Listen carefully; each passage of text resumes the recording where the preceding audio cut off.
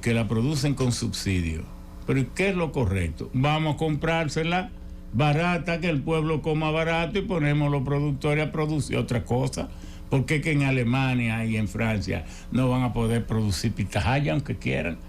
Eso es nosotros, aguacate, esto, lo otro. Hay que sembrar lo que nos dé dinero y no lo que sembraban nuestros abuelos.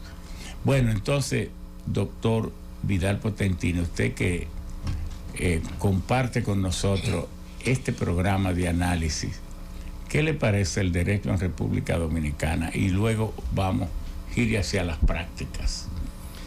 Y bueno, saludar al país, todos los amigos, ¿verdad?, que siguen tenemos al doctor José Suero aquí del otro lado, que es también aquí de Santo Domingo Este, y un abogado muy reconocido, de mucho prestigio. Adelante. Así es. Saludar al país, todos los amigos de la República Dominicana que siguen este espacio. A usted, ingeniero, pues nuestra gratitud especial, ¿verdad?, por esta oportunidad de interactuar de un tema para nosotros trascendente, junto pues al doctor Suero, a Monero, al amigo Manzano, y de igual forma pues ya se nos estará integrando el ex magistrado Yotin Ecuri para abordar todos estos temas. Quería decirle que Apolinar Veloz, que es un excelente economista, que tiene interés en participar y darnos su opinión sobre el ordenamiento jurídico, porque eso tiene mucho que ver con el manejo de la economía. La visión económica del derecho, excelente, y máxime que se trata de un gran expositor, sí, y un cientista de estos temas. Una llamada importante.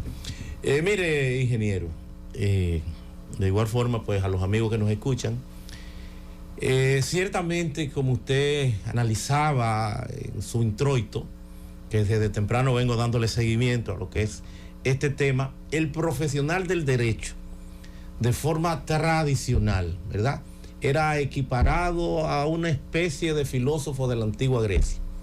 Era el profesional, o está llamado a ser el profesional de mayor influencia, en razón de los bienes jurídicos que protege. Estamos hablando, y usted también listaba un sinnúmero de las actividades de los abogados, pero estamos hablando de la libertad, el honor, el patrimonio, los bienes jurídicos inestimables de cualquier familia, de cualquier persona. Entonces el abogado, conjuntamente, sin denotar la función, ¿verdad?, de los médicos y demás, aun cuando la parte médica pues ya está inmersa, está metida en lo que ha sido pues esa estafa en que ha devenido, ha constituido el tema de seguridad social, un ámbito, un aspecto al que no está ajeno el profesional del derecho tampoco, porque estamos hablando de una profesión que navega en la informalidad por el grado precisamente de independencia o de individualismo que se genera en que cada abogado es una especie de empresa a la hora de ofertar sus servicios. Pero lo cierto es que ese abogado no se ha asimilado, no se ha entendido en el orden social, el que el mismo hoy por hoy constituye mucha relevancia para cualquier entorno financiero, ya que es el que le da expresión jurídica a todo el proceso evolutivo, productivo de cualquier país. Es el sustento por demás del equilibrio y evidentemente que una de las características distintivas de cualquier entorno democrático. Es el abogado el que puede, como operador del esquema del sistema de justicia, el que puede encauzar, el que puede procesar, ayudar a lo que es ese fin ulterior, ese fin último del derecho, que lo es indudablemente la paz pública, la armonía social a partir de las reglas.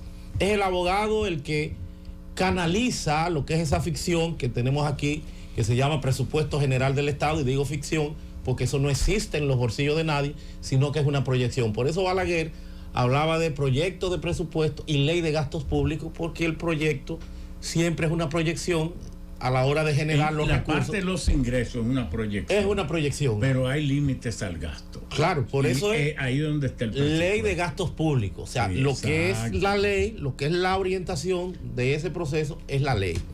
Entonces el abogado que canaliza, que concreta, que materializa todo este proceso, reitero, sin denotar ninguna de las demás profesiones. Pero lamentablemente es el profesional más respetado de manera tradicional, ustedes recuerdan, que habían hasta letreros hasta en tribunales, y todavía persisten en algunos, algunos destacamentos. Los prestamistas que no son bancos no le prestan abogados, no le prestan militar ni abogado, ni religioso que lo incluyan. Eso me retrotrae a que yo termino muy joven y empiezo a impartir docencia en febrero de 1990, y una anécdota breve, y entonces tengo que salir a la calle a buscar un apartamento, pero no me quieren alquilar en ningún sitio porque soy abogado. En ningún sitio me quieren alquilar, hasta que logro, ya no como abogado, sino que voy y le digo a una persona que soy contador, y a partir de ahí la persona, apellido Rodríguez, me dice, bueno, yo soy abogado. El dueño del apartamento me alquila un pequeño apartamento bajo el entendido de que yo era contador. A los 2 o 3 días voy a dar clase a la universidad, iniciando el semestre, y me encuentro con que Rodríguez, el dueño del apartamento, que era abogado, me aparece en el aula como alumno. Nos tuvimos que quedar callados ambos, no observamos, porque ni él era abogado ni yo era contador. Hicimos una gran relación. Pero porque él mintió. ¿Hasta dónde nos lleva tradicionalmente a tener que esconder una condición que debe ser de gloria y honra? Y por eso nosotros hablamos y estamos aspirando en la actualidad a presidir el Colegio de Abogados de la República Dominicana, que va a tener lugar en el mes de diciembre. Y lo que aspiramos a eso. Usted debe ser una línea, porque todo el que quiera que eso se recupere, el ejercicio ético. Sobre todo hablamos de rescatar, reivindicar el orgullo de ser abogado, porque está llamado a ser el profesión. Dígalo de otra manera, para que no se confunda con rescatar el orgullo gay. Reivindicar, ¿verdad? Exacto. Bueno, la parte de orgullo, pero bien, no tenemos inconveniente con esa parte. Nada. Claro. Pues lo cierto es que es a lo que asistimos. Hay todo un proceso de desconocimiento, hay muchas tareas pendientes a nivel de reformas, estamos en presencia de un tema sistémico, de un profesional que no está bien orientado, que no está bien preparado.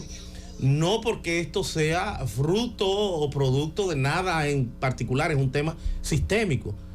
De ahí que desde el colegio, desde el esquema, tenemos que tratar de tener un producto mejorado. Usted hablaba de esa tradición romano-germánica, de esa familia de derecho, que es verdad, en alguna forma, lo que cimenta toda la base a nivel continental del derecho europeo y, ¿por qué no, del continente americano? Ciertamente eso porque la potencia lo trajeron aquí. Los franceses. Claro. Nosotros adoptamos los códigos franceses en 1884. Y no solamente en 1884, desde la ocupación haitiana, porque Haití también es de esa línea. Es lo que venimos implementando, y aún 1844, cuando como nación alcanzamos expresión jurídica y nos convertimos en Estado. Y 60 años lo aplicamos en francés puro. En francés. En el 1884 es la traducción, es la adecuación al español, a las leyes dominicanas, para reconocerlo y sancionarlo como ley. Y es lo que tenemos. José Castro, Apolinar de Castro, Manuel Galván y otro más, y José Joaquín Pérez, que lo tradujeron, porque fue una comisión que creó Lilis. Un dato interesante, pero lo más perturbador es que al día de hoy es los mismos códigos que tenemos, salvo el caso del Código Procesal Penal, que es el que ha cambiado, y la emergencia de otros códigos que no tenían esa raíz, ese fundamento de derecho común, que emergieron o aparecieron posteriormente, como lo sería Trujillo, con el Código de Trabajo, dando la impresión de que estábamos en presencia de un país que respetaba, que orientaba la temática de derechos sociales o fundamentales o derechos humanos, como es el acceso al trabajo, que posteriormente tuvo que ser adecuado ya en la década de los 90 con aquella labor que desarrolló Agripino. Casi de nada ha servido, porque yo esta mañana revisaba eso de los salarios, y aquí en los últimos 25 años se ha perdido. El salario es 60% menos, 43% menos de lo que era en 1995, y el costo de la vida es 5 veces más alto.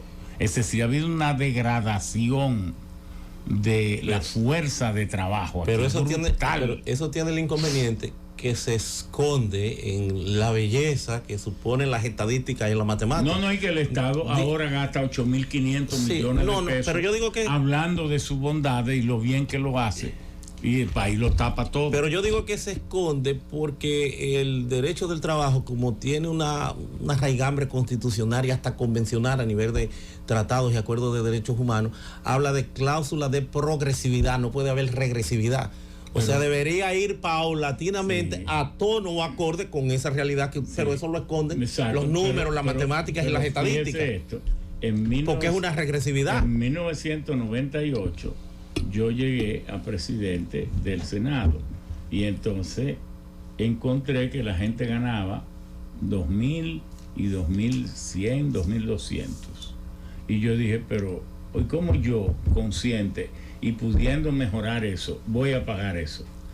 Ordené un estudio de escala salarial y responsabilidad de cargas y de todo eso.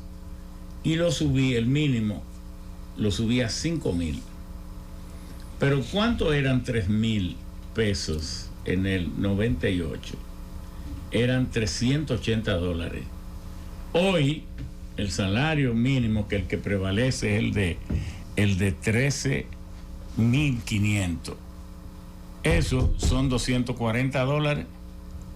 De 380, $140 menos, porque la contribución o la participación de la fuerza laboral en el PIB antes era de 26, hace 25 años era de 24, 26%, ahora es de 18%. Es decir, como lo único que saca el trabajador del patrimonio de las empresas es su salario es vida. Como el agua es vida, el salario es vida. Mientras menor sea el salario del trabajador, más está aportando su vida a la creación de riqueza. Y él se está empobreciendo cada vez más. Lo de aquí es una cosa brutal, y cuando usted busca salario mínimo de América Latina, le dice que en Costa Rica ahora se pagan $630 de salario mínimo. Aquí 240. Y entonces usted dice, ¿y cómo las empresas de Costa Rica son tan prósperas y ganan dinero? ¿Cuál es el esquema de ganancia que tiene la empresa dominicana? Y como son las empresas grandes las que... Porque ahora también usted se va a Barrick Gold, que es una empresa que se supone que el salario mínimo es 25.000 pesos. Pero ¿qué pasa? Que ella se vale de truco. Y entonces emplea muchos pequeños contratistas. Y cada uno lo que tienen son 30, 40, 60 trabajadores. Y entonces no están obligados a pagar 25.000 ni 23.000. Y pagan 13.000. Entonces, a esto hay que decirlo antes que el país reviente, porque la gente aguanta hasta un momento. Lo cierto es, ingeniero, que la función, la persona, la presencia del abogado tiene que ser reevaluada en la República Dominicana, claro, a partir de su trascendencia e importancia. Y por eso nosotros, como grandes ejes de los temas que deberíamos considerar, que deberíamos plantearnos, es un abogado que esté revestido de eso que está ausente hoy por hoy en la mayoría de los dominicanos, como lo es un esquema por demás hoy por hoy ya traducido en los artículos 60 y 61 de nuestra Constitución en la seguridad social y en el derecho a la salud. El abogado tiene que tener seguridad social, tiene que tener pensión, el abogado tiene que tener seguro médico, pero más aún, lo más trascendente, lo más importante de cara a la evolución que representan, que significan las nuevas modalidades. Por eso yo hablaba de los retos del abogado en la nueva globalidad, ¿verdad? Esa reorientación, no de globalización que tenemos, ahora, sino de bloques. Vamos un ratito a la seguridad social. Sabe que hay 3 categorías: la contributiva subsidiada y la subsidiada. En realidad, el abogado es un trabajador por cuenta propia. Y la dificultad que tiene el sistema de la seguridad social en sentido general para cobrar, para que coticen los trabajadores de cuenta propia es tan grande que ni se ha iniciado aquí. Entonces, que debería tener un sentido de universalidad. Pero claro, al día de hoy. ¿Por qué no hay un pedimento de todos estos colegios diciendo no, nuestros afiliados en su totalidad quieren participar en la seguridad social, gane poco o gane mucho, porque la riqueza no la generó la riqueza la genera la pobreza. Entonces, si usted siendo pobre no ahorra, seguirá siendo pobre y su pobreza se le va a empeorar al través. Y entonces, esa es una falla en que el colegio todos los colegios deben insistir en que sus miembros paguen la seguridad social, se afilien. Un proceso de autogestión, de gerencia, que perfectamente puede ser manejable. Claro que perfectamente puede ser manejable. En un año debe incorporarlo todo. Claro, totalmente. Un proceso de autogestión, de gerencia, de diligencia, ni siquiera al día de hoy ya que pudo haber sido viable en aquel entonces cuando se iniciaba el esquema de seguridad social. Digo viable, la configuración, la conformación hasta de una ARS, eso tal vez se debió haber considerado. Los médicos lo tienen. Pero al momento nosotros, como lo tiene la UAS, como tienen otras entidades, ya eso ha quedado secuestrado. Y es viable con 80,000, no con 80,000 miembros. Pero hay que considerar que no los 80,000 tendrían el mismo proceso. Hay otros que tienen una conexión directa a partir de un empleo formal o hasta de un seguro privado.